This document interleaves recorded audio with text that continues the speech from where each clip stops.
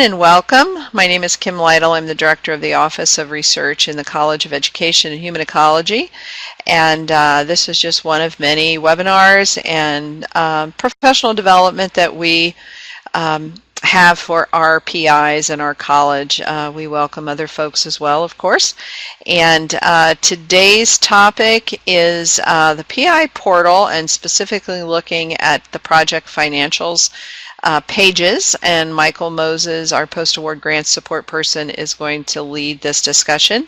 I'm going to facilitate, so if you have any questions, just go ahead and put them in the chat box, and I'll make sure that we get any questions answered. This recording and the PowerPoint slides will be available after this presentation. We'll go ahead and send that out to everyone, but we'll also have it on our website. So with no further ado, Michael, go ahead and introduce yourself and take us away. All right, thanks, Kim. Yeah, my name is Michael Moses, and I am the EHE Post-Award Grant Support. And as Kim said, we're going to focus on the Project Financials tab specifically in this webinar. Thank you for attending. Here's a little comic relief slide I had from our last webinar, just to illustrate that, you know, there's a lot of complaints about the PI portal. It's always wrong. That's not my balance. It's useless. It does have some limitations, and tracking your budget can be very tricky. However, your budget is a financial expression of your research.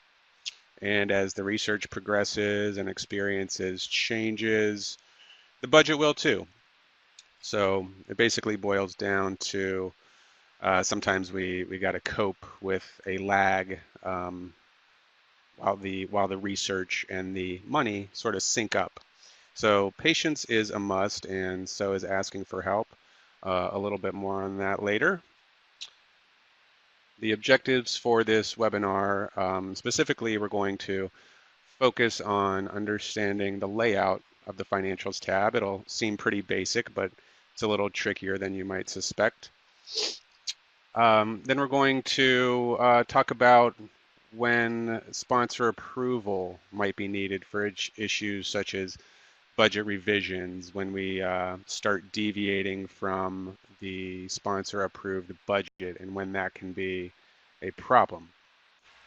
Lastly, we're just going to spend a little bit of time kind of emphasizing the importance of understanding what's going on in the PI portal, and appreciating kind of the significance of it, not only for us here at OSU, but for the sponsor and for the folks that have to report the financial information to our sponsors. All right, so at this point, I'm going to get out of the PowerPoint there, and we're going to begin navigating. When you log on to the PI portal, we'll want to get to the project view.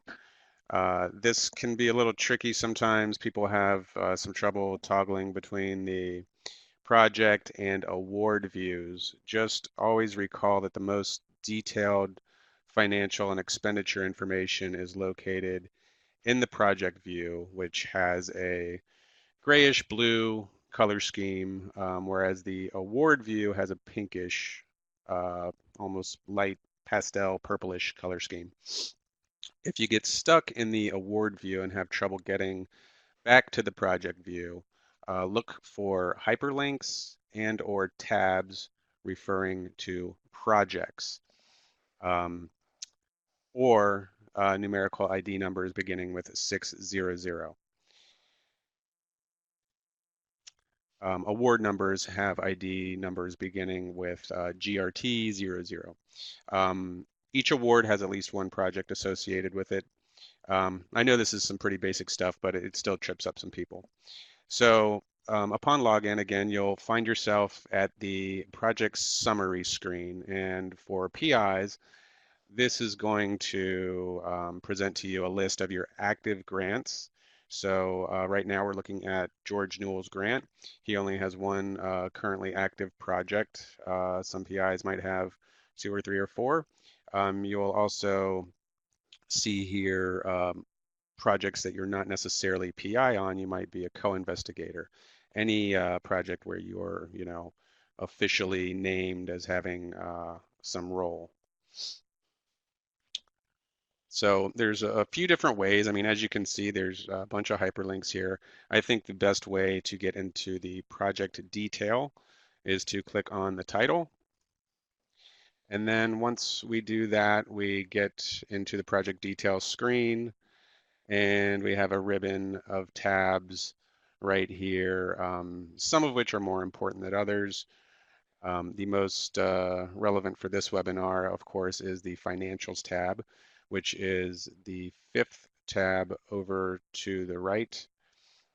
And when we click on that, we enter a detailed screen showing our budget. It doesn't immediately look very detailed, but you'll want to make use of these plus and minus buttons so you can access more specific detail for your budget. So the layout of this screen is pretty simple. There are 5 columns containing relevant budget data. The first one is simply just a list of line items that were approved by the sponsor for your budget, or line items in which there have been expenditures, but the expenditures posted to a line item which was not necessarily approved by the sponsor. That can be problematic, but it's not necessarily problematic, and I'll go into that a little bit later. It has to do with the way that OSU, OSP, and various sponsors classify different costs. So that's the first column here, just your various line items. Your second column is going to contain the actual sponsor approved budget categories and the amounts for each one. The next column will show you expenditures in each of those line items or in other line items. And these, when you first navigate to this page, it should default to the current month with respect to the time period. And the figures in the expended column will show you everything that's been officially transacted to date. The next column will show you commitments. These are future spending obligations that have been earmarked per se within the financial system somewhere, whether that's via HR action or e-request, or perhaps different kinds of purchase orders that have been set up and issued by OSP. The last column is the balance. So you got your overall balance, and then you have your different line item balances. And this is where, this is oftentimes the beginning of the stage in which we need to potentially do a little detective work when you begin to see overruns in specific line items, or, overruns for the balance as a whole. So in theory, your balance is simply your budget minus your expenditures minus your commitments. However, there are almost always unseen commitments that are not yet entered into systems such as the HR system or e-request. And this is what makes determining the true balance difficult, and this is what generates a lot of complaints about the PI portal. But again, a research project is sort of constantly evolving, and so is the budget, therefore. To get the most accurate budget picture, we start with the PI portal and then we factor in down the road costs that the system has yet to account for. Um, Put another way, we always know things that the system can't really know yet. The PI portal is only so good at being a crystal ball at telling the future. So examples of commitments that cannot be factored into a project balance at any given time. There are certain personnel categories that that prevent the ability to commit into the future. Those are usually small dollar student assistant positions, but there are also salary costs related to faculty that are not always fully committed, and that has to do with the 9-month salary adjustment. On top of that, there could be pending consultant agreements or travel reimbursements. Again, this is you should think of the PI portal as sort of like the starting point for when you want to project your project balance. So after reviewing the Financials tab, you can access details to specific charges. Obviously, looking at this screen here, you know, salaries and wages, that it's good to know what we have left in line items such as salaries, fringe, tuition, but we also, at some point, we're going to need to know, you know, like who constitutes the expenditures for each category, who or what that is. So this, I would say when you're viewing PI Portal financial data, these 4 tabs in the middle tend to be most critical. We are talking about the Financials tab today, but again, this is a starting point for sort of exploring what's going on with your budget. And when you need to access sort of a deeper level of detail, you'll want to go into the personnel, expenditures, and commitments pages. So let's just take a look in those. Say in this case, George was under the impression that he would have spent more salary, um, more from the salary category at this point. So we want to go into the Personnel tab and see who's currently appointed, maybe who isn't appointed, who should be, and if everyone is appointed at the appropriate level. The Personnel tab, personnel could be just very slightly deceiving. It's only going to refer to OSU staff and students and faculty. If you have a collaborator at another institution, or you are paying a non-OSU person an honorarium or something like that, you won't necessarily see those costs here. When when you get to this page, if you need to determine past payments for yourself, your collaborators, or students, you can use the date feature here to set back, to set a certain period of time that you want to inquire about.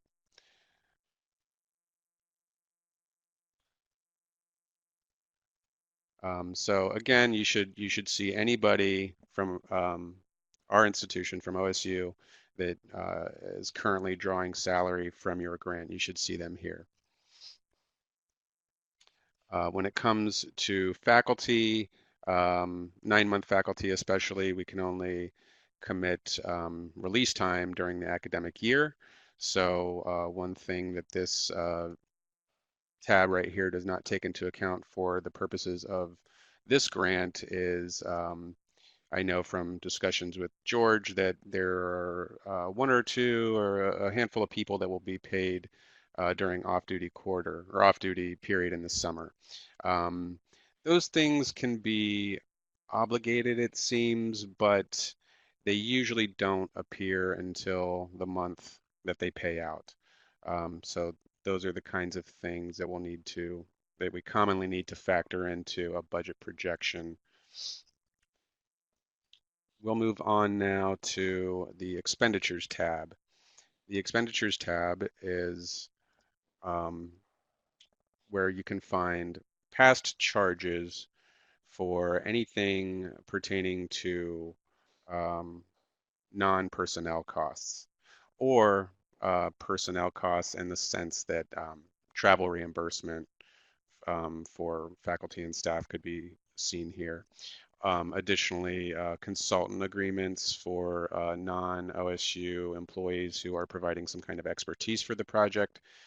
You would see there purchase orders and actual payments that have gone to those people. You'll be able to view those here.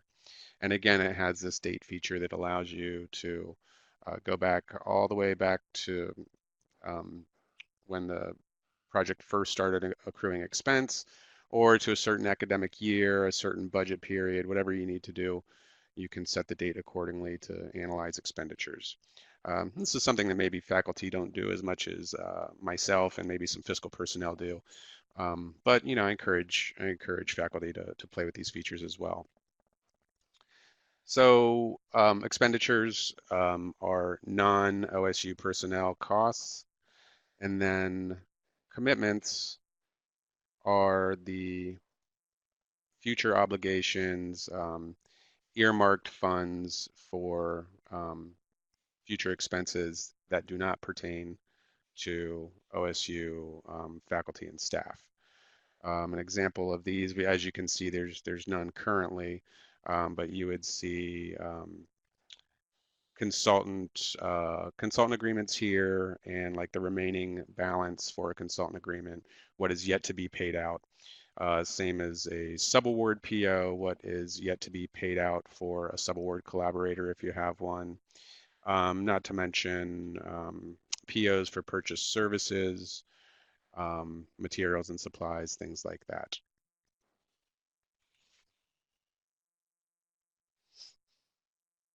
So in general, the layout of the financials tab and the subsequent tabs that provide deeper detail. Um, Analyzing these tabs is key to understanding why there may be large balances or deficits in specific line items, and therefore why there may be a need for sponsor approval. So this can be pretty tricky. Negative line item balances may or may not be a red flag, but it's important to determine that. And this is where we get into some talk of terms and conditions and how much budget flexibility a sponsor permits, and how sort of discretionary your funding might be. I know this grant well enough to know that there's no cause for concern when you see negative line item balances here. This grant offers a fair amount of budget flexibility. The main things that we need to watch for is making sure PI and COI effort remains steady, or we request approval to make changes to those things. Other grants might be a completely different story. Many state agency grants, for example, um, allow budget deviation only up to a certain level. And this is where, it's good to review this terms tab, but it's also good to understand that this is not the full story. OSP has, there's for every grant, there is an award document and there is some fine print. OSP is in the habit of, putting the absolutely critical terms here. And you don't see it here right now, but one thing you do see here sometimes, depending on what kind of grant, what kind of sponsor we're dealing with, is a budget restriction that says something to the effect of deviating from line item categories by more than 25% requires approval. And once we review our financials tab and we see budget deviations in certain line items, then that's where we might want to go ask some questions. Um, when you have those situations, it's pretty critical to involve EHEOR, specifically me. Um, and then we probably also work with OSP. They would be the ones that have to officially submit a request for approval for a budget deviation. Fiscal officers are pretty critical too, between myself and the PI and OSP. There can still be, some pretty wonky, mysterious budget issues going on, and it's good to get an actual accountant in the mix. So it's key to ask for assistance. As we discussed before, sometimes there is a discrepancy between OSP and sponsor budget categories. They're often different, and they can sometimes lead to the appearance of budget discrepancies when there may not be an actual deviation. But, we need to ask the questions and we need to do the detective work to determine that. So, why is the Financials tab important? Or the PI portal in general, why is it important? Again, I would think of it as a constantly changing financial expression of your project. So let's just, for example, let's go back to February for this grant. And you see, commitments are very different. So every month, almost every day in some cases, this information is changing. Another way to think of this is as sort of a bank statement for your research project. It would not be a savings account, of course, but you want to review this the same way that you want to review your own finances in your personal life. Most importantly, perhaps, the financials information in the PI portal, as problematic as it can be and as frustrating as it can be to determine what you have left at any given time, when it's all said and done, this is going to be the basis for official financial reporting from OSP to the sponsor. Here is where you can find the reporting information.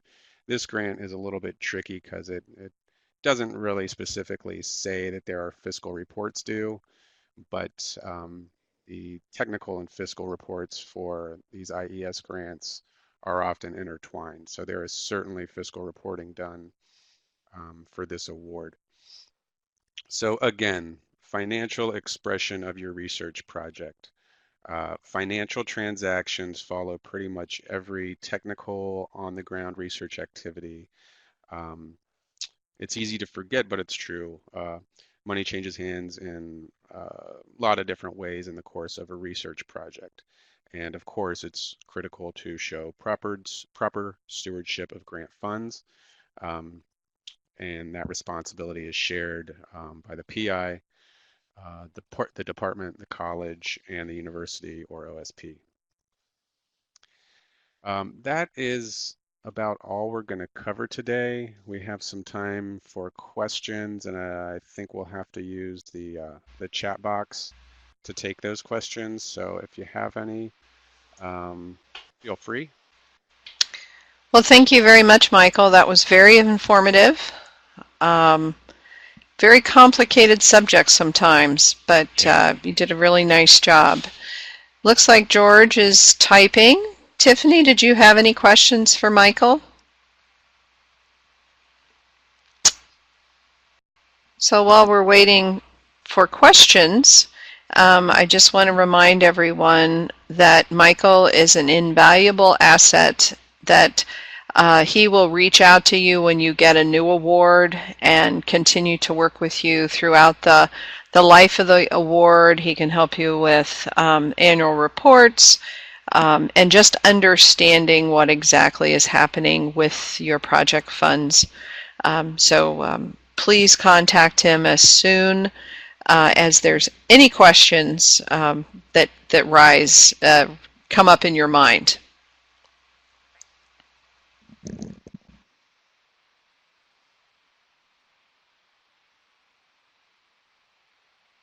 Ah, so George says, I did not get an official notice from IES for the new budget year.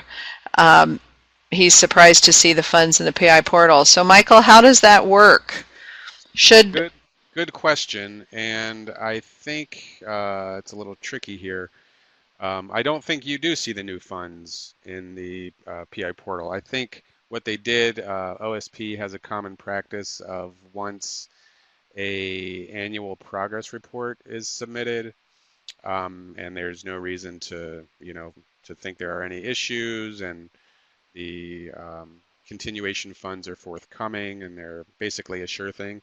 What they'll do is they'll extend the end date for the next period. So Amy Sanford, our SPO, she helped us submit the progress report, and she went ahead and updated the end date to reflect the coming budget period. However, we still have funding that we actually, need to report and that will be added to the budget. You can see what we're expecting here. This is, I should show you how I did that just in case, but this is one area where it's helpful to go to the award view, and I'm going to navigate again. I like to click on the title. That's the best way to get into the detail pages, and in this specific case, we'll go to funding. So I believe we're waiting on our last year of funding. That would be year 4, and it has not been reported yet. So I think this is what we're expecting, and it should be added closer to the cycle date for the grant. So we have our year 4 budget period, but we don't yet have the year 4 funds. We have some carryover, George. your guys are going to have to figure that out. But not too much. Okay. Well, very good. Of course, we want PIs to spend what they receive, and hopefully the scope of work and the budget are well aligned. All right. Well, yeah. Hold on. Sorry. George had a second question. So yeah, the numbers you see in terms of the anticipated funding, those should be correct. I'll take a look at the award document and just see if it syncs up with that, because I know since I've been here, we seem to get a little bit more or a little bit less than what we actually are expecting. So it's hard to know how the feds do things, but yeah, I'll offline. I'll get back to George about that. all right. Well, that's wonderful. Well, thank you both for coming, and Michael, thank you again for a wonderful presentation, and we'll get the recording of this webinar out this afternoon or maybe even tomorrow. So thank you again, and have a wonderful day. Thanks, Cam. Thank you, George. Thank you, Tiffany. We'll talk soon.